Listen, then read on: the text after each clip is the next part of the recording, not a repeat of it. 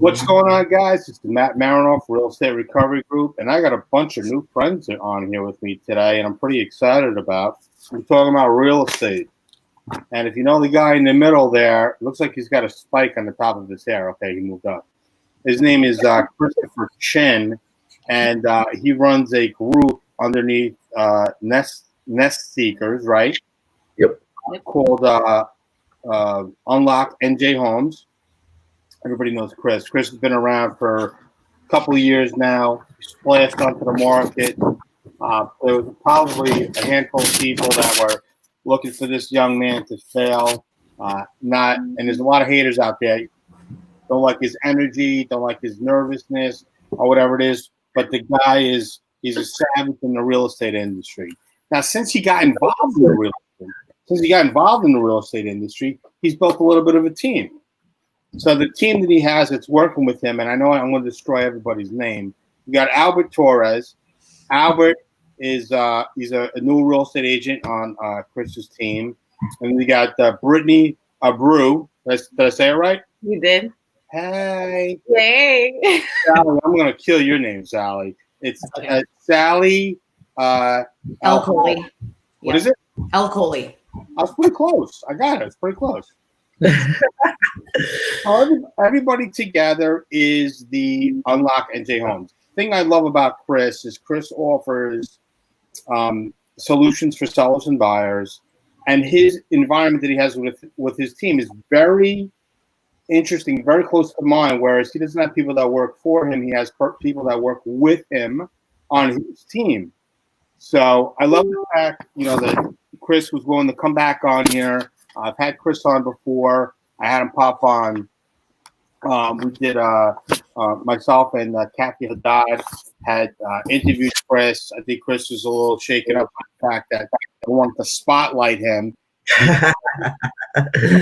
Somebody who's newer in the industry, obviously anybody who's in the mortgage industry knows who Kathy is. And, she's a shark. She's a role player. She's ranked nationally.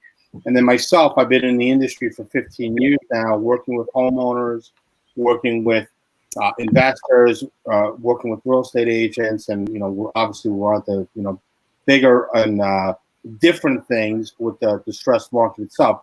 Chris, tell us a little bit about, your dream, your vision for UnlockNJHomes.com and why you decided to build your team. Because not everybody wants to have a team. They want to have just themselves. They want to run solo. What was your thoughts? I mean, it all started off last year. I would say back in February of 2019. Let's go back a little bit further. I would say closer to August 2018.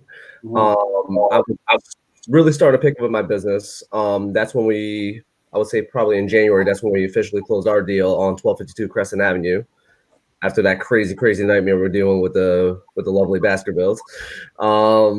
He's talking about a short sale, ladies and gentlemen, short sale. But go ahead. Yeah, so we had a crazy deal. We had a pretty crazy deal with this product, this property in Roselle, 1252 Crescent Avenue. Long story short, that's when me and Matt and I officially met after being connected to social media thanks to Asher Gravano and Casey Egger. This deal was just absolutely mayhem, and shout out once again to the buyer who eventually became the seller, and we ended up doing some incredible things. We ended up listing it for, I think it was $350 or something like that, and we sold it for $359, and we ended up selling for $375 in like 6 days. So they made a lot of money thanks to us after 14 months of war. But I started picking up my stride, and came around, come February, I had to have my wisdom tooth extracted in the middle of February. And also in the same week, my grandmother passed away. So like, as many people know that are in this business and everything, it's, this is one of those businesses that is constantly running and the engine is constantly moving. And no matter what happens in our life, like our personal lives or whatever it is, like, that level of attention that you're applying to your business, it plays in the long effect. It plays in large volumes, just specifically because of the fact that it takes so much work just to be able to produce and be able to put marketing materials out there to constantly remind people of your existence, especially when you're first coming up. So for me personally, at that particular point, I decided that I wanted to start gearing towards building a team as soon as I was able to establish myself, because I never wanted to miss a beat again. I believe 100% in the Ray Kroc theory, which is the founder of McDonald's, who believes in having that consistency and that level of consistency between every deal that we work with. And in order for me to be able to give that level of service, I need to have strong people on my side who believes in the same philosophies, who believes in the same thing as you, people before profit. So that's basically the biggest thing for me. And I want, that's why I hand selected specific people. It took some trial and errors. I had, it started off with one really bad team member that I learned real quickly that, I had to be a lot more, I had to be a lot more stricter and less lenient about specific things, and, how to, I had to be a little bit more assertive in other things. And then luckily it started off with Albert over here, we met, I've known Albert since we were, I would say maybe about for at least 10 years, actually more, maybe about 15 years at this point. No, like 10 years at this point. We met back in college, in Union County College, a long time ago, but we didn't really know each other like that back then. We just kind of knew each other by presence, and then we actually worked together at a Livingston Mall. He worked at the AT&T store right by the Annie Ann's wing, right where Barnes & Nobles is right now, back when we used to have a pizzeria over there. And I was working at the T-Mobile store over here. We were actually constantly helping each other out. And, we always had this whole like competitive thing between each other about who's going to be the best salesman in the entire mall. And it was fun. It was friendly competition. And, it's long story short, we continue to have a friendship, and we've been connected on social media since. And, next thing you know, he joined KW at that particular, at that time. And, we formed, we started building the team. Brittany came after, and shortly after that was Sally. So, Albert. Yes. Chris comes to you and says, "Look, I'm building a team." Yeah. We like, nah, man, you work for T-Mobile. I can't do it. Not really. I kind of, what had Chris and I had that relationship when we worked at the mall was the fact that we were, Chris always found a way to outsell me, and it was just like a really hard thing to, realize back in the day. I'm super prideful, if you know me. So, and when we worked at the mall, he would, whenever I would have my numbers up and I would think that I was doing amazingly, he would just come around and just blow me out of the water every time. So when I heard that he was in real estate, one, I was like, well, you're going to kill it. And then two, when I decided to get into it in Jersey, I was like, might as well link up with someone who, is like-minded and is young and is able to bring that energy to the sales, to sales abilities. So in general, it's been awesome, like since day one, it's just been a hustling vibe, like you have to surround yourself around people that want it just as much as you do, because then that's what's actually going to start, driving you in that direction. Because if not, then you're just going to have to pick up the slack from others. And that's not how progression works there. Like you have to be focused and have, know where you're going, and then surround yourself around other people that see themselves going in the same direction. So. And I gotta admit too, as a team lead itself, having team members that are super energetic and that want to move and constantly want to get up on their feet. Someone like me, I've been working nonstop for the last 4.5 years, no days off whatsoever.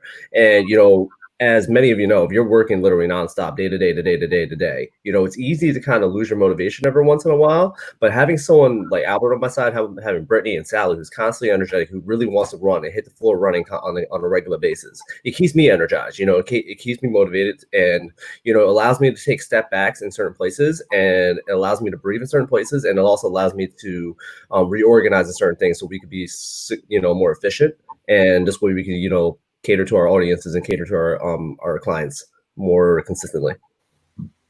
That makes sense. So far, it sounds like a match in heaven.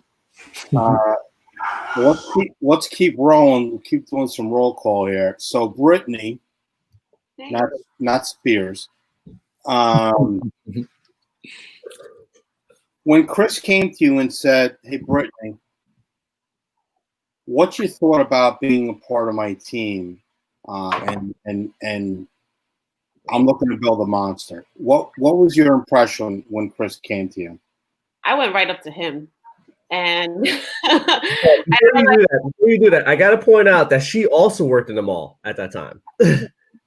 yeah, I went up And to him. I met I did my Sally research. because her sister was buying a phone in New York City. When I All was by working. T-Mobile. All right, go on. Yeah, buddy. I did my research on Chris. I saw that he was killing it, and I'm just that type of person that needs to be around energy like that. It motivates me, and I've known Albert and I went to high school together. I've known Chris from the mall since I was like 16, and you know, like also Sally has the same exact energy, and like they're just not scared of anything. And they just literally inspire me to work harder every single day. And they do it with a smile on their face. And I'm the youngest in the group, and it definitely feels like that. But it's not, it doesn't feel like a competition. It just feels like I have like the most supportive team ever. And yeah, it's great. Like Chris always makes me, you know, get out of my comfort zone. And that's what I need. You know, sometimes you just need that push. So you would say not only a great leader, but obviously somebody who's a mentor and somebody who motivates you, correct? Absolutely. All right, Sal, you're up. I didn't know this was a bad. Yeah, I mean, I joined the team. You know, I wanted to do something part-time, and you know, I got into real estate, and I met Chris. I was actually a referral agent, and then wanted to become a licensed agent. So I met Chris. I was at Keller Williams for like 1 week, and then he moved the team to Nest Seekers, and I just moved with him. So It's been great ever since, honestly. So basically, you went in, you killed your interview, and you're like, yeah, and then like, you know, like 6 days later, like, I'm out. Yeah, but I mean, so far so good, so I can't complain. Right. So there's obviously there's a good chemistry between everybody, and I mean chemistry as far as, you know, the work environment. You guys consider each other as a family overall? Yeah. Definitely. Yeah, Yeah. most definitely. So who's the daddy of the group? I mean, we only have one real daddy yeah. here, actually, so I think we're one of those Sure. titleless. I think we're one of those titleless, families. Besides the obvious leader of the group and all, for sure. I'm Yeah, happy. what I like Totally is I feel like we're all, if we all need something, you know, we're really not shy to ask each other, which is really important, you know. And I feel like a lot of people don't have that type of communication with others, especially others that are other agents as well, you know, because I feel like one of the main things is like you think that like, why would I help another agent? Isn't that just taking away business from me? You know, and then when you kind of surround yourself around, you know, family or whatnot, then it's a totally different dynamic. You know, like people actually want to help you succeed. Right. That's cool. That's actually pretty good. So, Brittany, let's swing back to you. You have experience in marketing and fundraising and working in that type of realm. Mm-hmm. What do you like working with, sellers or buyers? Well, I am a buyer's agent, so I've joined Chris on listing appointments, and it's great to observe. I think that I'm just learning one field and focusing on that to be the best at that. So as a buyer's agent, I'm just trying my best to grow there. And honestly, lately I've been converting like renters into buyers, and it feels great. Like, so I would say right now I'm definitely a buyer's agent, and then once I master that, then we can move on to other fields.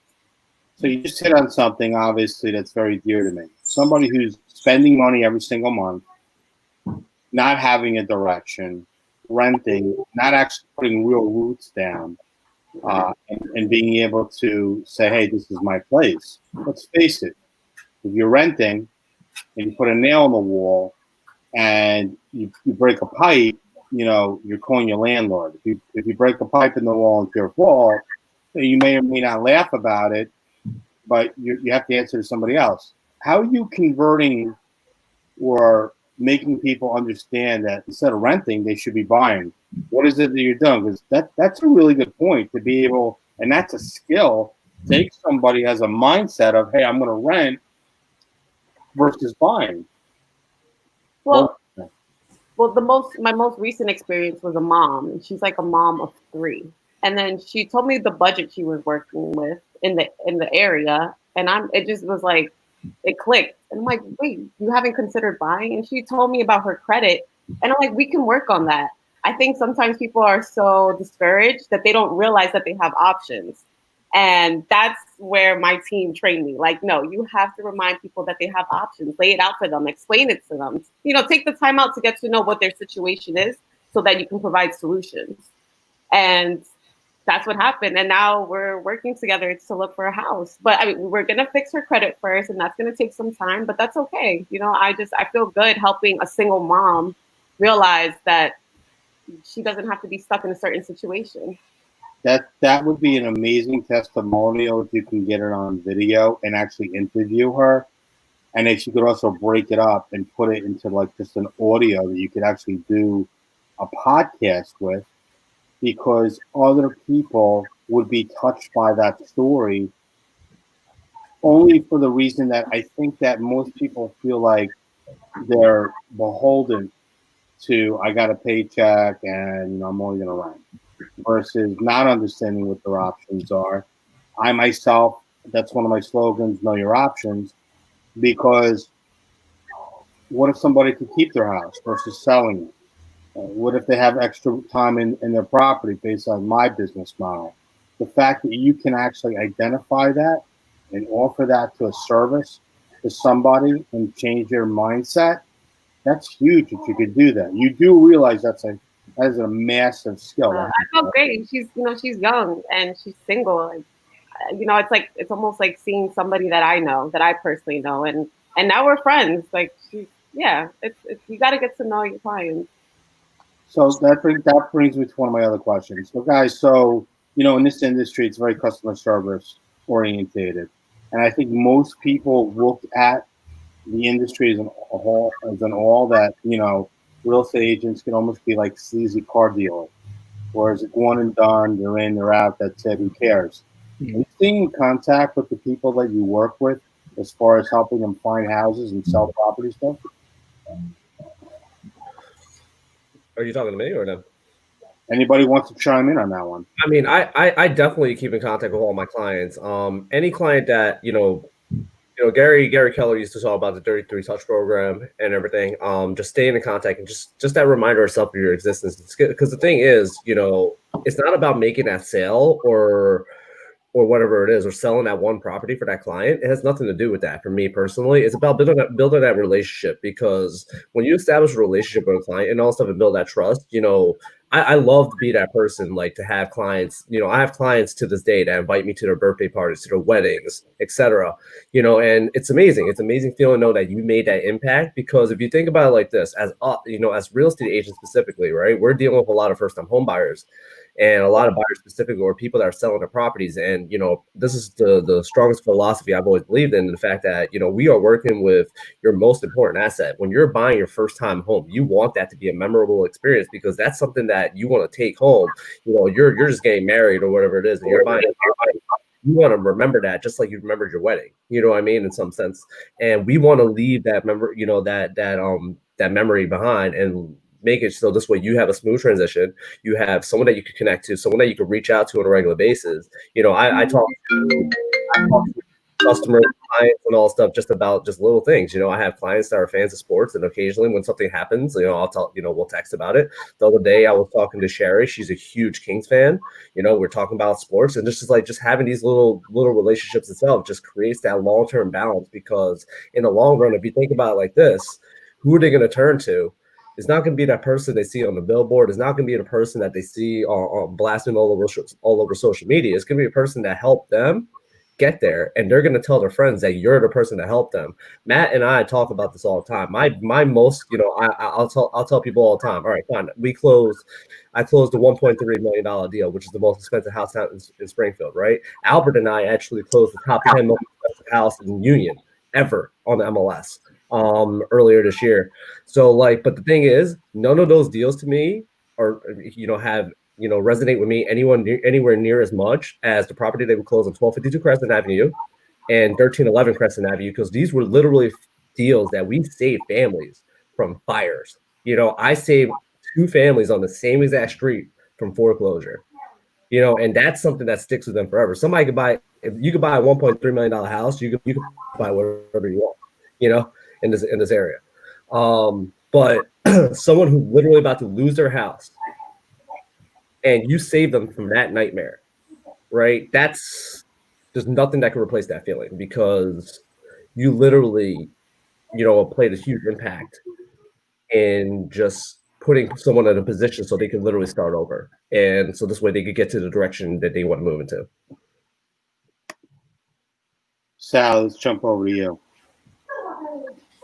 I mean, most of my experiences have been with buyers, but I've been dealing with one investor in particular.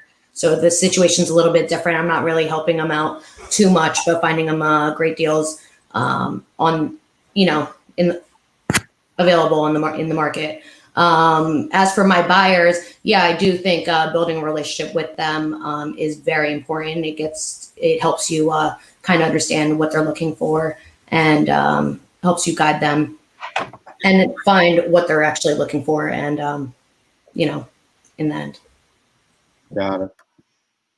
Albert. Yes. I always find it very exciting, right? So to educate someone in, so I had a situation, right, where I picked up someone who wanted to rent, and they were relocating from Florida. They wanted to rent, and you know, they were like, Albert, show me some places. We want to get a feel for the area or whatnot. So I showed them a couple places, and then I personally gave a little information of the area, just kind of, you know, because I grew up in Summit, so I know like the surrounding area as well, and just kind of like some of my stories from growing up, you know, and that was something that they could really see their, you know, their children being raised in as well. So that's how I was able to basically, because they wanted to rent just to see if they liked it. So after the conversation with me, they knew that they did like it, and then we were actually able to move forward and purchase a house. It was actually the first house, both of, like, for him and for myself, that it was done virtually, totally virtually. The guy didn't step a foot into his house until maybe a month after he bought it. But for the most part, everything was done on Zoom and, you know, Skype and FaceTime and every video source that we can use. But ultimately, what it really came down to was just, you know, it's just being able to find out what is their hesitation, right? Because majority of the time when people are renting, you know, there's a hesitation for a reason. And if you can find a solution to that hesitation, then you would be surprised how quickly people can really see the vision that you're painting, you know, because it, you know, rent is expensive. And in general, if you can find yourself in a position to own, you know, I always feel like that's always the best way to go, because, you know, owning something is always, in my opinion, it's always more valuable, you know, than just renting or whatnot. Every situation is different, of course. I mean, most definitely, especially when you're talking about putting, you know, especially when you have to pay commission, the security deposit, the upfront rental, you know, it gets pretty pricey and everything. And the amount of money you're putting down, you might as well start looking towards putting the down payment down potentially. So, Yeah, exactly. especially with rates being as low as it is right now, Kathy and I got someone approved at 3.125, which is super, super low, obviously. You know, now it's definitely a time to take advantage of all of this, specifically just because, you know, people are moving. The only issue is that inventory has been a little quiet. We are definitely in a predicament where there are more buyers than there are sellers, but at the same time, you know, you are able to get great deals because interest rates are so low right now. Mm-hmm. it's just been incredible. It's been an incredible couple of months. Actually, we just got a question. What are your thoughts on coronavirus and how will it affect your market? Well, the coronavirus, we excuse me, we were expecting a slowdown in the recession a couple of years ago, but as Kathy said a couple of months ago on one of our podcasts, is that the difference between this and that is that this isn't a real estate crash necessarily. Yeah, we are dealing with a situation where there are obviously families that are struggling and there are a lot of difficulties, in the world right now, and all the craziness happening. But with the rates dropping down to 3.125 and dropping so low and dropping to all-time low rates, that's been benefiting us substantially. And where we expected to slow down, Albert could tell you he's been running out every single freaking day. Same here. Like tomorrow. Sally is the same way. Brittany's the same way. We've been active nonstop since the coronavirus has happened, and we've been in a position where we've either closed a sale transaction or a rental transaction week by week by week by week, essentially, with very, very few exceptions. It's been absolutely mayhem, and I don't think it's going to really necessarily slow down. We aren't hearing anything about rates going up anytime soon. So as soon as the coronavirus situation and the pandemic is fully, is lifted, if rates are still going to be at the way it is and everything, then, properties are going to be more willing to list and more willing to take, willing to be open on the market. And, just by the last week itself, one of my listings on 22 Mount Vernon, my traction have picked up substantially. Just because the coronavirus has picked up and rates are still at the way it is, especially with New York City being the way it is right now, where I do honestly feel like a lot of people from the city are going to move out just because, you obviously can't really social distance in New York City. And with all the craziness happening in the city as well, a lot of people are definitely going to start considering moving into suburban areas where they can get a little bit more space and be able to have a little bit more privacy, be able to have that backyard and be able to have that place to play with the children and just raise their family with great schools, etc. And what better than the towns that we are surrounded with? Actually, I'm sorry, real quick, man. I'm sorry.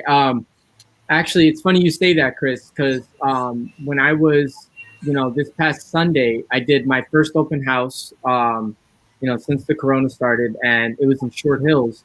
And I drove around just to kind of see how many homes are on the market, see if there's any that kind of I missed or whatnot. And I've never seen so many New York license plates all over the place. And I'm telling you, I know it's going to hit hard because it just makes sense. Like we had someone that came in to the open house and they were like, oh, this house is worth 1.7. That's awesome because my 1.7 is a 3-bedroom, in Manhattan. So in general, I was just like, yeah, you get way more. When their kids got onto the land, the first thing that they did was just run straight all the way to the back. You can't do that, you can't. There's no substitution for that. Well, you could, but you get hit by a car in New York City. There you go. Or you need the penthouse, the rooftop, in order to be running around up there. But yeah, so But you can still only run so far. Yeah, I'm anticipating some big movements for sure. So guys, let me bring you back down to reality a little bit. And nobody wants to talk about, what had happened in 2005. When I got into this industry in 2005, nobody knew who I was. Nobody knew what the hell a short sale was. And if anybody's ever been involved in a short sale, I don't know why they call them shorts, because they're long. And they should really be there should be a long short sale. That's what it should be called. As far as the environment that we're in right now, it's very similar to 2005. Rates are low. People are running. They're trying to purchase properties. They're trying to get out of, smaller houses or apartments or renting, and that you're getting the move-up buyers. You're getting the first-time home buyers. Mm-hmm. What I want everybody to understand is that when I say it's somewhere to 2005, we've got a couple of things going on right now. We've got 2012, 2013 modifications that failed, that are, and my whole thing was 2020, 2021. If anybody had gone to my first short sale boot camp expo last January, I said that there was going to be a correction, an adjustment in the market 2020, 2021. Nobody anticipated that Corona was going to be involved in it. So people are buying properties right now. What happens if there is a second wave of Corona? What happens if somebody loses their job? What happens if there is no more stimulus money? So there's a lot of things that people are not thinking about. And the reason why I say it smells a little bit like 2005, because people are overpaying for properties. I've heard people paying almost $50,000 more than a property is actually worth, because they felt like they saw the value in it and it's not appraising, and they have to come out with money out of pocket. So cautiously, I'm very careful what I say, because a lot of people listen to me. I think if people buy it right and they get a good interest rate and they don't overextend themselves and they don't go for sky's the limit, where, hey, you can buy a house for 450, 650 is max. Maybe not go for 650. Maybe just leave it at 450. Stay within your realm, and if God forbid you have two incomes in the family, and something happens and you get unemployment, you'll be able to sustain whatever is going to happen and weather the storm. But people are not listening to that, and that's fine. And I'm not saying it's going to be the same thing 2005, but there is going to be, unfortunately, guys, a correction. And people ask me now, Matt, you got a whiff of Corona. What do you think is going to happen? And I think in November 2020, we're going to see signs of people that are going to be defaulting, if they're not already defaulted, based on the forbearance and deferment agreements that are in place. Yeah. And I think that's important that people understand that. So as long as everybody is advising people so they understand, I think we should be okay. But if they're not advising them properly and they're overextending the amount of property that they're trying to purchase, I think that's where people are going to get in trouble. Chris, what's your thought on that? Oh, I agree 100%. And right now, keeping our clients informed of every circumstance, and every option available is, giving them every option possible is definitely key right now, because we got to make sure our clients are very well educated with everything. Fortunately for us, we've been working with pretty strong clients, just specifically, based on the field that we work in. I'm working with a lot of people in the medical field, so fingers crossed, hopefully nobody in the medical field gets laid off anytime soon, because we definitely need them. But I totally agree. Just making sure that our clients are well informed about the possibilities and the circumstances of what it is. I think right now is a good time to inform and reach out to our old clients and just let them know, like, here, just want to check in and make sure everything is good. So this way, in case something has changed in your life, maybe we could help find you find a solution now versus later on when it might be too late, or where something becomes a situation that you can't control. So, I mean, there's a lot of options that we could do, and that we could utilize in this, under these circumstances, which will not just benefit us, but also help our clients in need as well. Brittney, what's your thought? Well, luckily, a lot of the clients that I've been working with, what they're pre-approved for, they don't want to reach that maximum. So, but I totally agree with you. I think that in the fall, I hope my feelings aren't, my gut feeling isn't true, but I do think that there will be a second wave. But the great thing about the market right now is that those price drops are crazy. And I know Albert but you helped somebody find something. And how much did you save them? They were like about 50,000. Yeah. So on a purchase. Purchase, yeah. Yeah. Okay. So the price drops are great right now. But definitely, yes, you should always be trying to save money. You should never be living up to here. So I agree with you on that. Absolutely. Didn't you recently just buy a Maserati? Actually, the Hoboken market and the Jersey City market right now is still going crazy, and it's still exploding right now as well. Like like I said, I've been dealing with this one client out there, and every time we've been getting in the middle of a contract, we've been getting beat out with someone that's just putting substantially above ask. It's been absolutely crazy and everything. So, I mean, people do definitely need to be a little bit more careful during these times. I know rates are lower and everything, and everybody's looking for a deal, but they got to make sure that, they're long term. Your occupation is to be able to cover that long-term investment that they're putting down, because right now it's an investment. You're putting a massive down payment down. You're dedicating yourself to a monthly payment, and you're dedicating yourself to basically to this property for however long you decide to hold this property. So, I mean, being educated Oh, Chris. that's a good Sally. piece right there. He's like, Yeah, Yeah, you froze. yeah, you look like you had a stroke, bro. Sally, All right, you got I mean, yeah, I agree with what everybody else said. I mean, it's very important to inform our clients and that our clients get informed by, their mortgage lenders, by us, and, they don't extend themselves too far. In my clients in particular, I'm not too concerned with because they've had their jobs throughout this whole time. And I can only assume that if another wave hits, they'll have their jobs still. So, I mean, they're doing all right. But I mean, I have been seeing a lot of people. I mean, the inventory is low. There's a lot of buyers. So I see a lot of,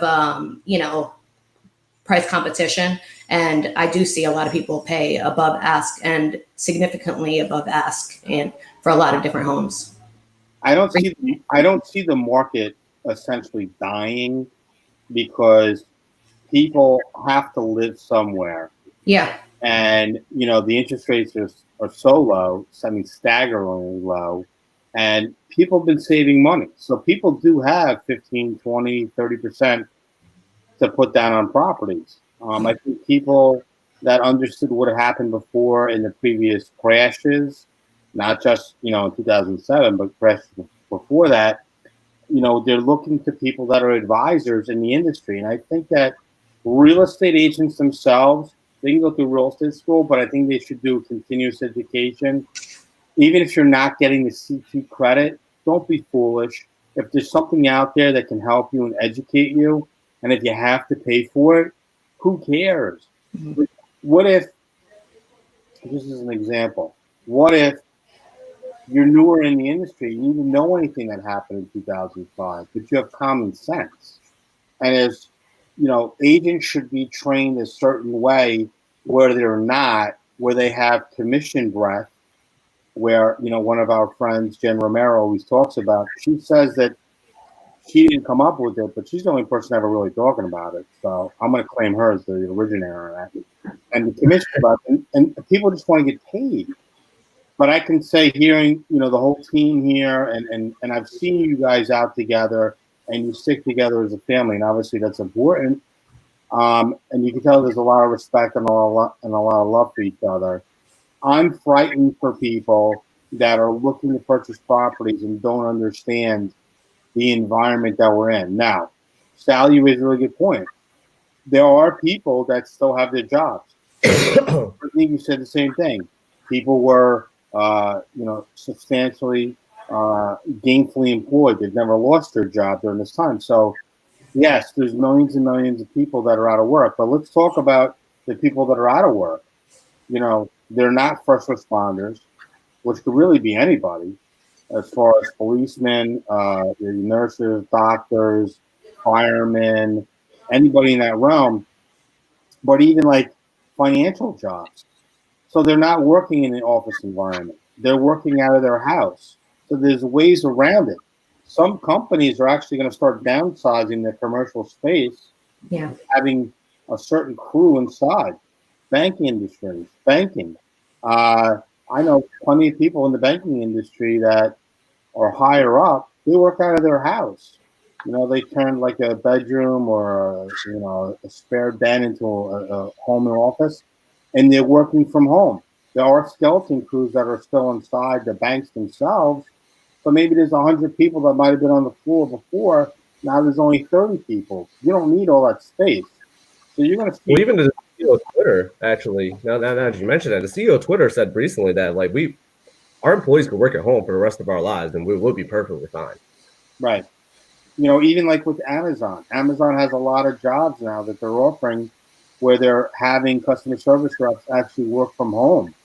So my company is virtual. It's been virtual for many years now. I don't believe in brick and mortar, at least for my company and what I do. Is it cool to have a satellite office or a shared space? 100%. So you might see a lot of commercial spaces turning into shared spaces versus actually, having to worry about, $5 to $15, $20,000 a month in rent, where that space is going to be cut up.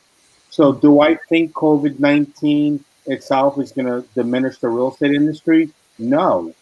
But I do believe that people that were late before on their mortgage before COVID, that feel like they have the COVID hold and then they're not going to be in trouble, they are very mistaken, and they're going to get a rude awakening, because from the other side, from the bank side, understand what they're planning to do with people that were prior, and they were, in default. They are moving forward with foreclosure.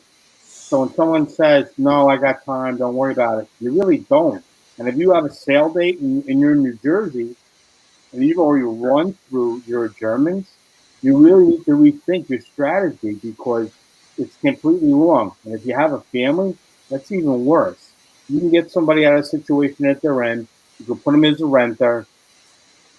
You can follow up with them as a renter. You can build them back up with their credit score, and maybe you'll turn them into a buyer one day. And I think that's the problem with this industry.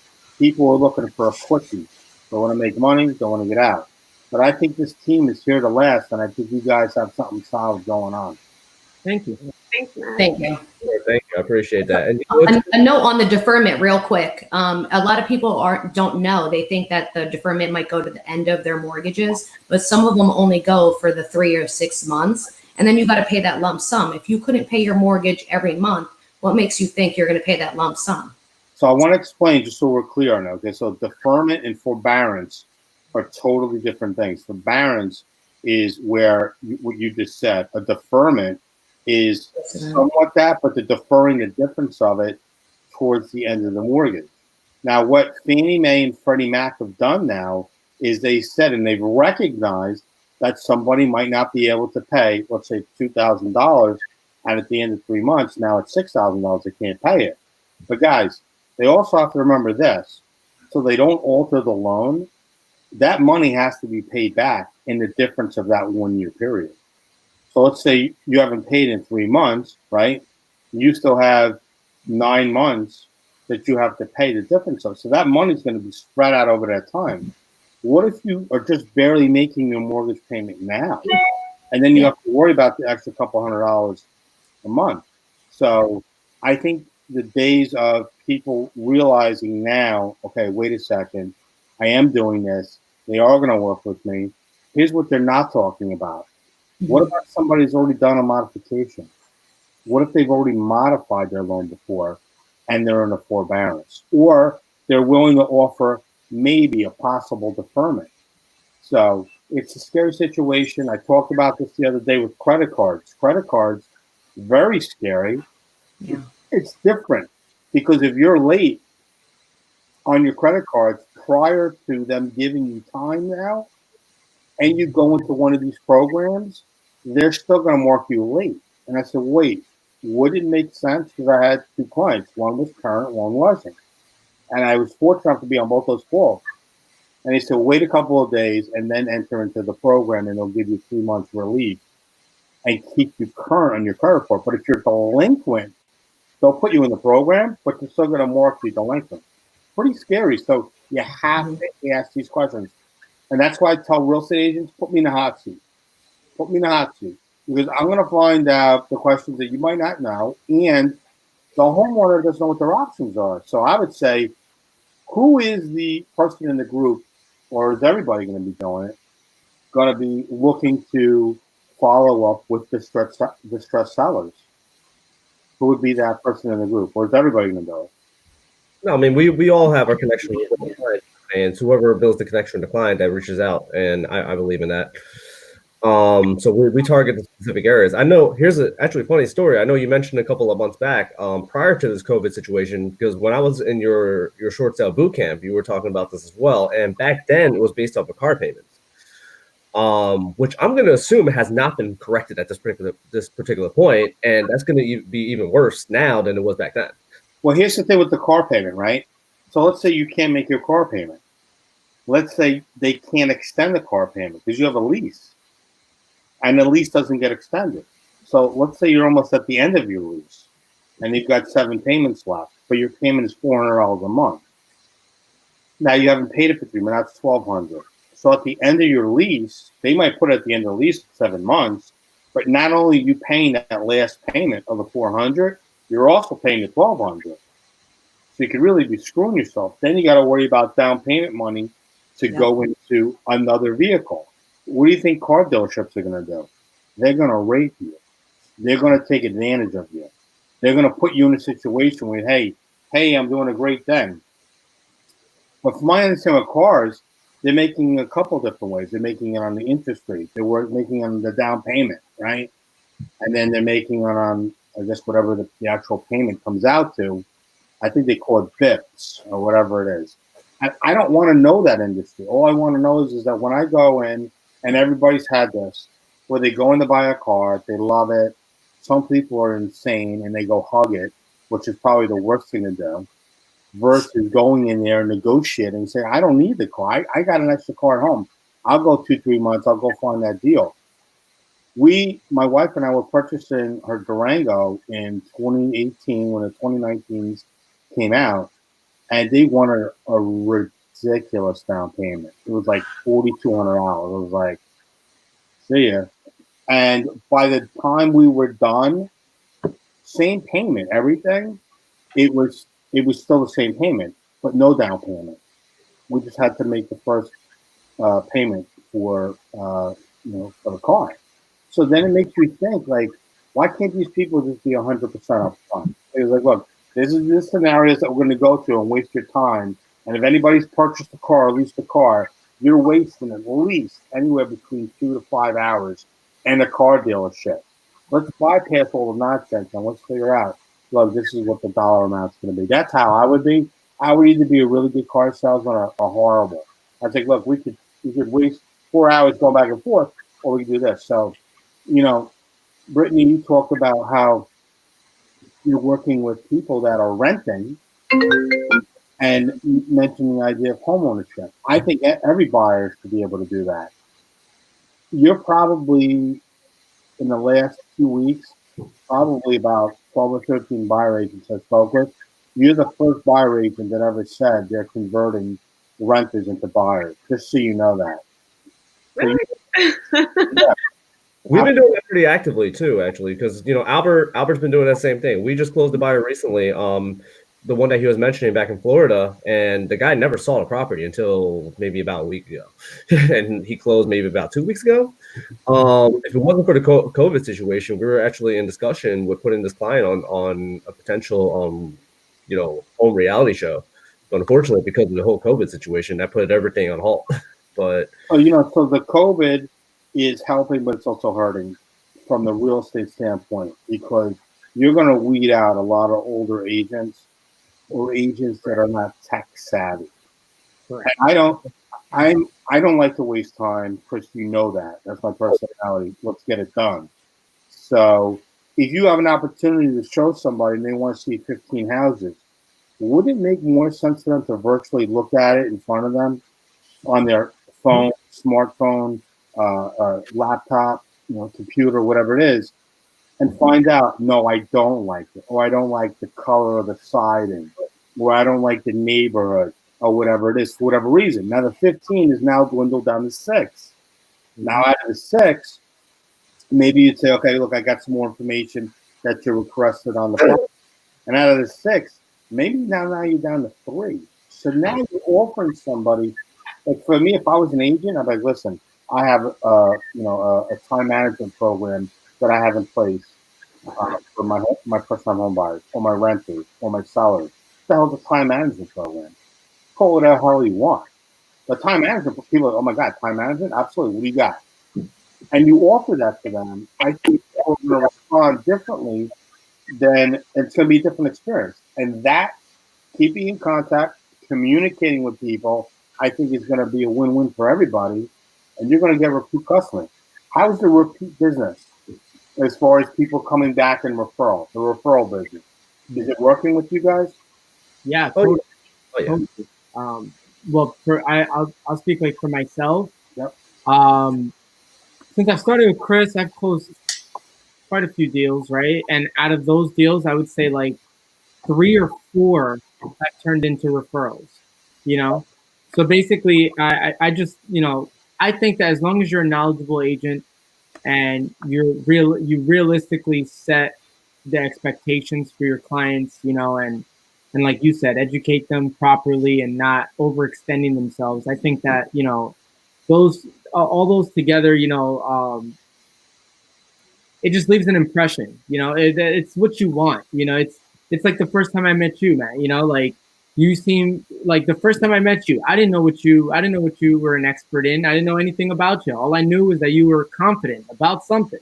You were super confident. So that was something that was, it drove me to like find out more. Like, what are you confident in? Like how confident are you? And then the more I hear you talk, the more, you just drop jewels like every time. It's like that, those type of things are super important. Those are the type of people that people refer their people to, Albert, that's a really good question. So let me ask, because, I've had the pleasure of meeting everybody except Sally face to face.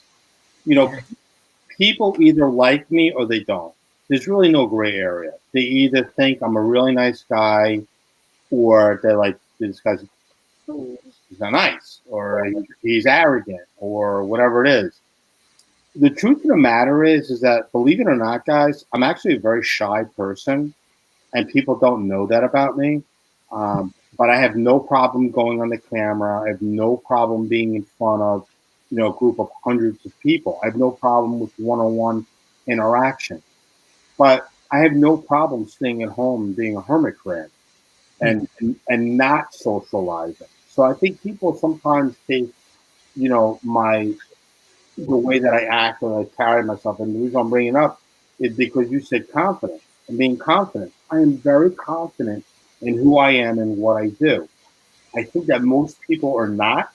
And I think because of that, people, they radiate either neediness, or they feel like, oh my God, like, I'm not going to be able to do that. And body language is huge in the customer service business. You guys are in a customer service business. I'm having a conversation. I'm speaking with you guys, and you guys are looking directly at the camera.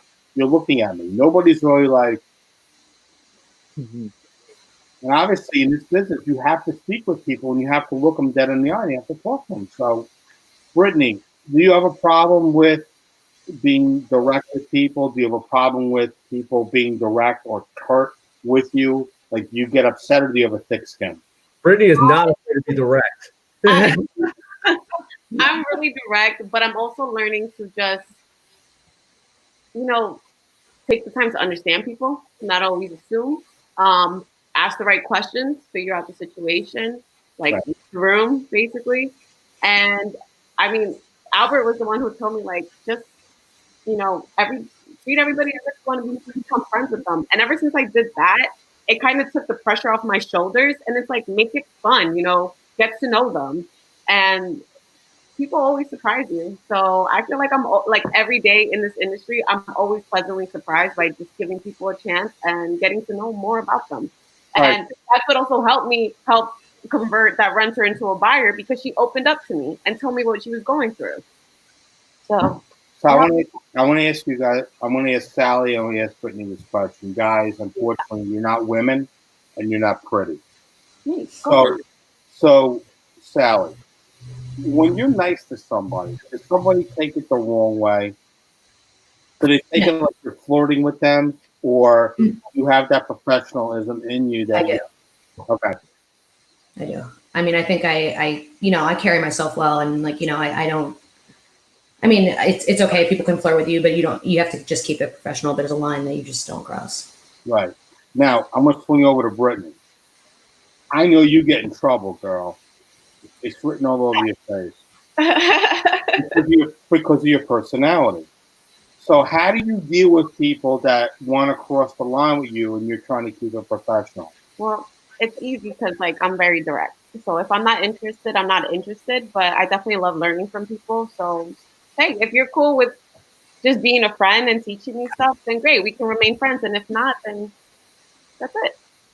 That's all. I respect that. I know Albert wants me to ask the same question. Go ahead, Albert. I mean, it's a really big issue. No,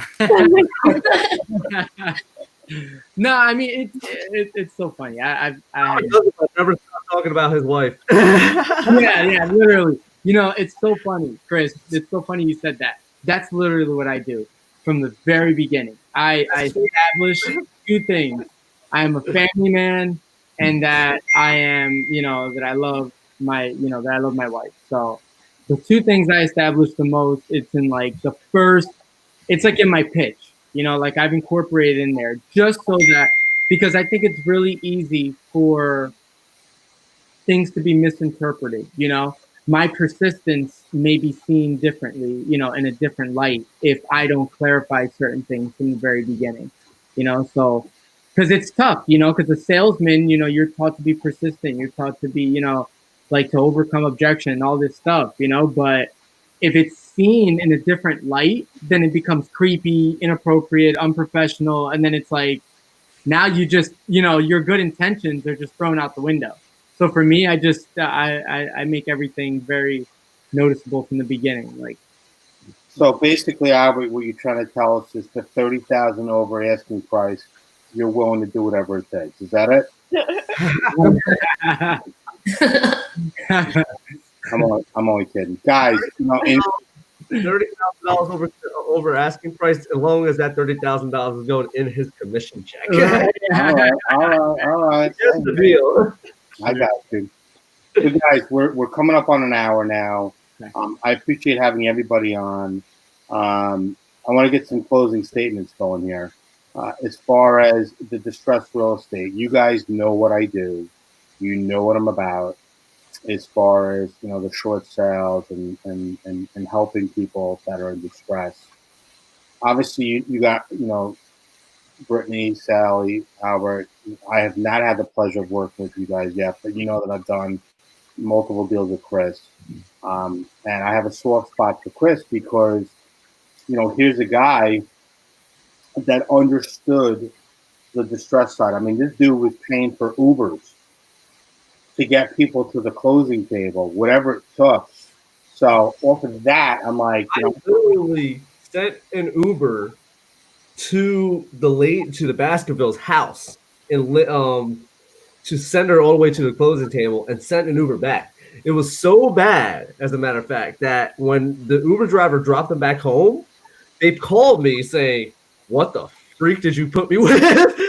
These people are crazy." The Uber driver said that. The Uber driver called and said, "Your clients that you sent in my car are crazy." That's awesome. That's awesome.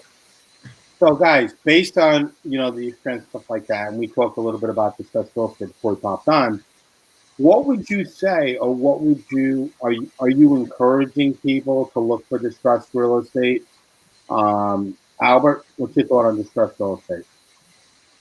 yeah, I mean, there's always opportunity. I just think that, you know, one thing that I've learned is every property is different. Every scenario is different. You know, I can say I'm totally prepared for one thing and then, you know, get totally blindsided by something else, you know? So I think that, yeah, just all you have to do is just, you know, be educated, hire the right person. Us, you know, we always, make sure that the information is going around, and you know, if I learn something, I let the team know. The team learns something, they let me know, and I think that that's ultimately what's really gonna help everyone find the best properties. Sure, distressed properties are great because then you'll be able to really capitalize if you know if you're in the position. Sure. Every scenario is different, guys. Every scenario you're gonna come into, it's gonna have a completely different DNA. They could be the same loan amount, it could be the same payment. Yeah, it could be maybe the same servicer, but it may not be the same lender. So there's different guidelines that come into play, and people don't understand that. Rules, regulations, and guidelines, that's what's going to take it down. Sally, what's your thought on distressed real estate? Yeah, I mean, if I had a client that was interested in, you know, a lower than market value property, then yeah, I would definitely try to push them towards a distressed property. But it really depends on what the client that I'm working with is looking for, and you know, not everybody's looking for distressed properties, so it depends. gotta build that list up because you never know who you're gonna meet. You gotta network the hell out of people. Or bring Brittany. She'll go, hi. Like Brittany, what's your thought? I have not had the experience to do so yet, but you did teach me a lot just with the seminar we went to. And if I can help somebody out of a financial rut, that would be amazing. And like people can smell integrity. And if I could say that I have the experience and the knowledge of what a short sale entails, then I would love to gain that experience. So I'm here for it. That's good. Chris?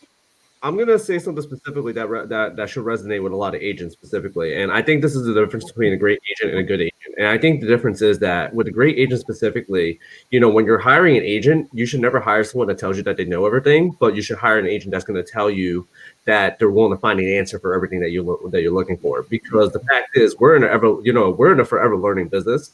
Even, you know, I was talking to my office manager yesterday. She's been in the business for like about 50 years at this point. And even her, I'm like, look, no disrespect to you, but even at your position, as long as you've been in this business, you're still learning, you know, and if you shut down that whole ideology, then you're a terrible agent because the thing is the environment's constantly changing. Things are constantly moving and constantly shifting around.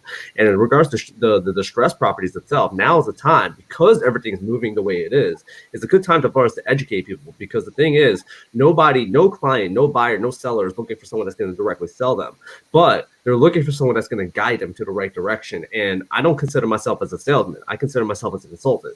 You come to me looking for answers. It's my job to help you find the answer to get there. Look, guys, at the end of the day, you know, there's a group that I put together, and it's called Short Sales 101, and it's a private group that's on Facebook. If you're not a part of it, you definitely should join it. Or direct people that want to know or hear more or understand more about short sales.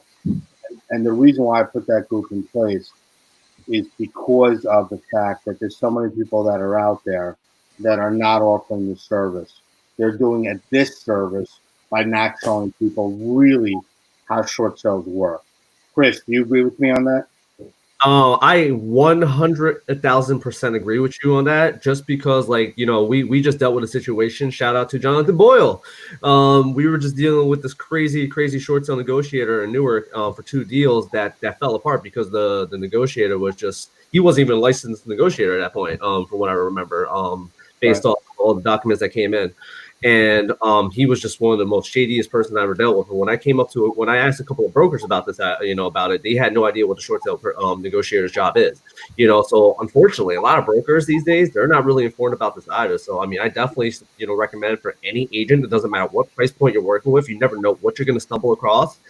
I would definitely be a part of this group just so you have the idea and the knowledge of what this part of the business is all about. Because even when you're dealing with these multi-million luxury properties itself, everybody's going to, there's every price bracket that has this specific need. People are losing their houses all the time. People are going to foreclosure all the time. Why not take advantage of this? Yeah. Yeah. I think Matt just got disconnected from us. Hold on. I don't know. We're wrapping this up. Wait a minute. I do have a showing at 1:30, and I have to head out. Yeah. All right, guys. Well, I think Matt just got disconnected. Thank you so much, Matt. Yeah. Man, thank you. with this, you guys definitely. Oh, there he is. He's back. I'll just shoot a closing statement for you, but go ahead. Listen, guys, at the end of the day, it's about helping other people. It's about helping individuals, obviously, in the situation that they're in.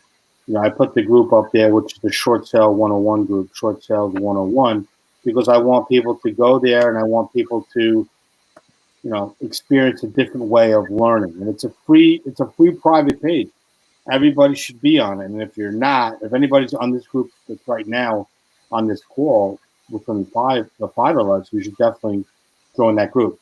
If people want to reach out to your company, your group, they should really go to UnlockNJHomes.com, correct? At UnlockNJHomes.com, and they can obviously take a look at everybody's bio that's on there and get a feel for the type of person that they want to work with as far as an agent. Guys, at the end of every one of these calls, I ask people to emulate the finger point. So I want to see if everybody can do it. Okay. All right. Good enough. Thanks, guys. I appreciate everybody coming on. Thank you. Sorry about the slow internet. I am going to have it out with my internet provider again. Just so you know, I was gonna have everyone do the finger point if you didn't reconnect anyway. So Wow, I appreciate that. I appreciate that. See, everything's freezing up on my end. Is it freezing up on your end as well? Yes. Yes. My internet's been crazy. So maybe she thinks, I don't know. That's great. Well, on that note, we're going to shut it down. Thanks, everybody, for coming on. I really Thank appreciate you. it. Thanks, man. Have a good day, Thanks, everybody. guys. Bye. Bye.